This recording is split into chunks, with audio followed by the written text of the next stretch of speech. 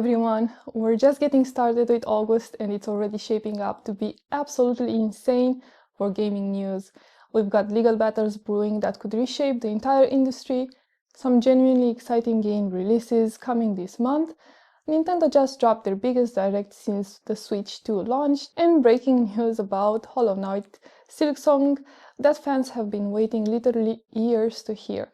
Whether you're into the business drama or just want to know what games are worth your time, I've got everything you need to know.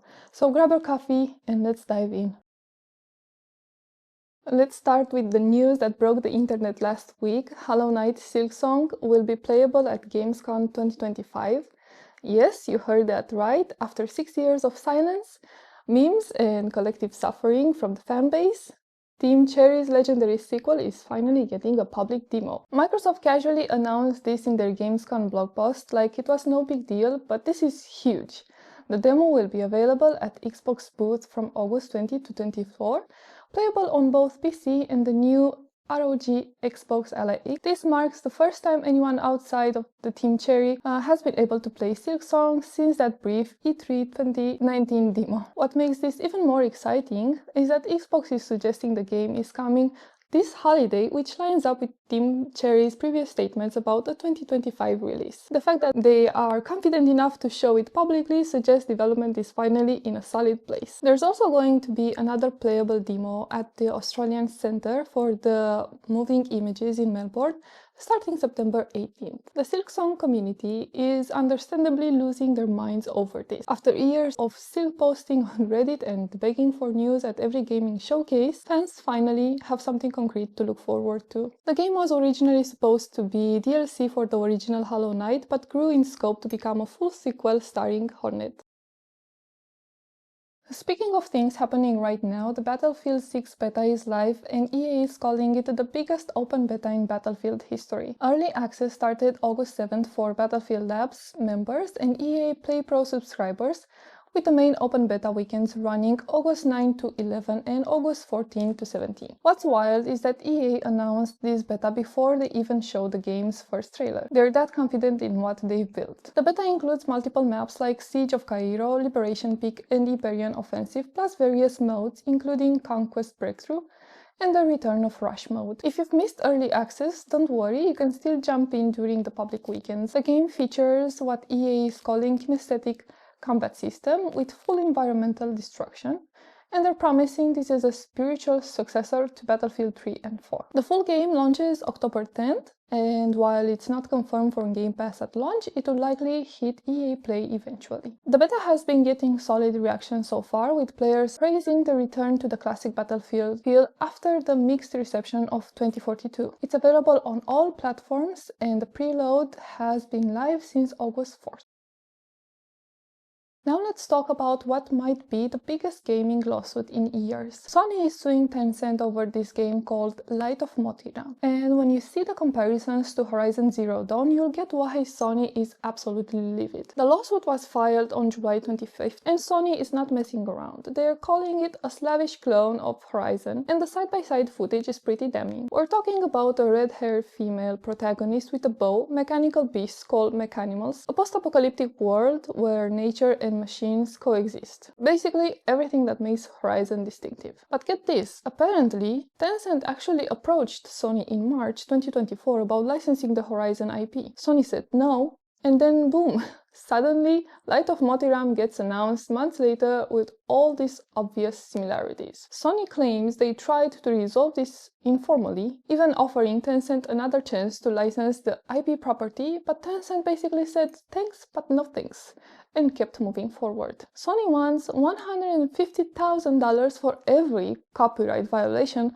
plus they want to completely block the game from releasing and force Tencent to hand over all promotional materials so Sony can destroy them. The public reaction has been brutal for Tencent, with people calling it everything from crazy and shameless to Horizon Zero originality, which honestly made me laugh when I read that in the court documents. This case is particularly important because it's part of a larger conversation about intellectual property protection in gaming. We saw something similar with Nintendo versus Palworld earlier this year. Companies are clearly getting more aggressive about protecting their properties, and this could set major precedents for future cases. There's also this massive class action lawsuit building steam in California, JCCP number 5363, that's going after basically every major gaming company for allegedly designing addictive games that target kids.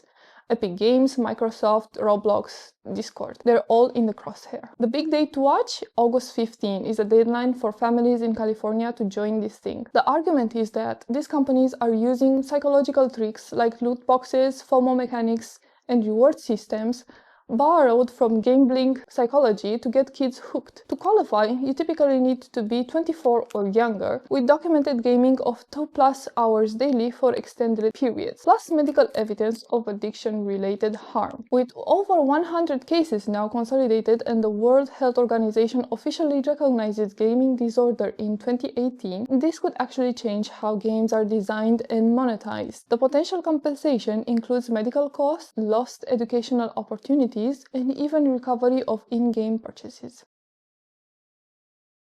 Alright, let's talk about the good stuff, because August is absolutely packed with releases. Gears of War Reloaded is going multi-platform on August 26th, and yes, that includes PlayStation 5. This is the first time a Gears game has ever been on PlayStation, so that's pretty historic and shows Microsoft's new multi-platform strategy in action. This isn't just a lazy port either. We're talking full cross-play and cross-progression across all platforms, 4K resolution, 120 FPS multiplayer, HDR support, and all the post-launch content from Ultimate Edition included from day one. PlayStation 5 players even get exclusive DualSense features like haptic feedback and adaptive triggers. August 20th brings Black Myth Wukong to Xbox Series X and S. It's been almost exactly a year since it launched on PC and PlayStation, where it broke Steam's concurrent player record for single-player games and sold 10 million copies in 3 days. The Xbox version gets visual upgrades and improved optimization. August 28 gets us Metal Gear Solid Delta Snake Eater rebuilt from the ground up in Unreal Engine 5. This isn't just a visual upgrade, we're talking reworked AI, new stealth mechanics, updated controls, and you can choose between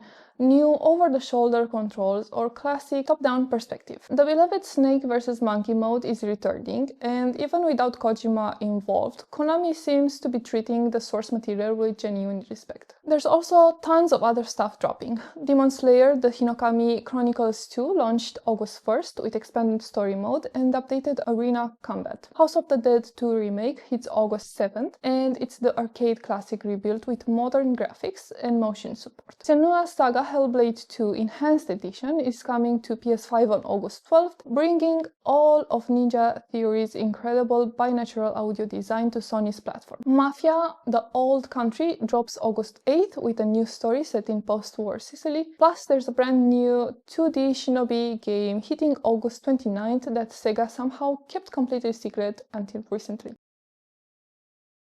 Nintendo just had their first major direct since the Switch 2 launch, and while it wasn't packed with first-party bombshells, we got some solid third-party announcements that show the platform's momentum. The big highlight was Monster Hunter Stories 3: Twisted Reflection, coming to Switch 2 in 2026. This turn-based RPG set in the Monster Hunter world looks absolutely gorgeous and shows off what the new hardware can do. We also saw major sports franchises like Madden NFL 26 and EA Sports FC 26 returning to Nintendo hardware for the first time in years. Square Enix had a strong showing with Octopath Traveler 0, a prequel that uses the same gorgeous HD 2D art style. Plus the Adventures of Elliot, the Millennium Tales that combines HD 2D visuals with real-time combat. Persona 3 Reload is hitting Switch 2 on October 23rd, which is huge for JRPG fans who want these games on the go. The most random announcement was definitely Chilling by the Fire,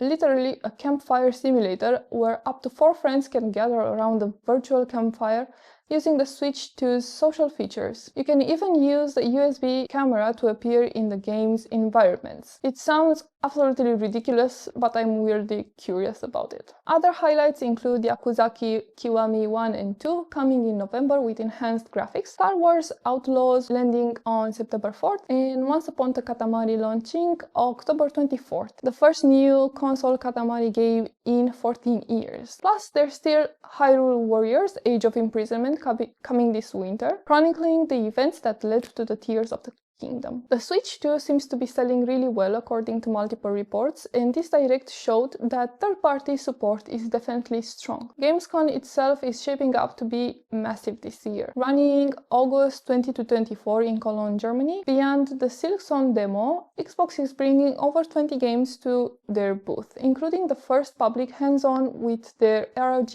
Xbox Ally handhelds. There's also going to be live broadcasts and the Future Games show airing August 20th. There are some interesting trends emerging in the industry right now. The Sony versus Tencent lawsuit is part of a larger conversation about IP protection, while Microsoft putting gears on PlayStation suggests the old console war mentality is finally dying out. Companies are getting more aggressive about protecting their properties, but also more willing to go multi-platform for revenue. August 2025 is perfectly capturing where the gaming industry is right now. We've got these massive legal battles showing how high stakes this business has become, while also getting some genuinely fantastic games that remind us why we love this medium. The Silksong news alone shows how much weight fan expectations can carry. Team Cherry has been under incredible pressure to deliver something that lives up to 6 years of hype. The fact that they're finally showing it publicly suggests they're confident in what they've built. The gaming addiction lawsuits could represent a major shift in how games are designed and monetized, especially when it comes to targeting younger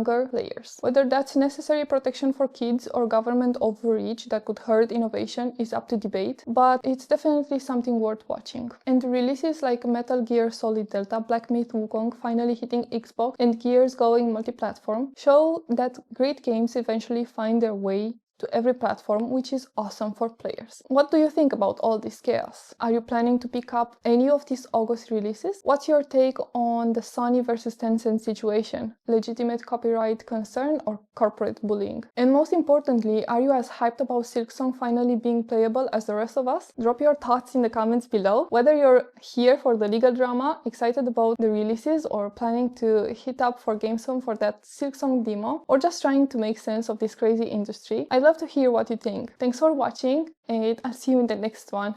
Goodbye!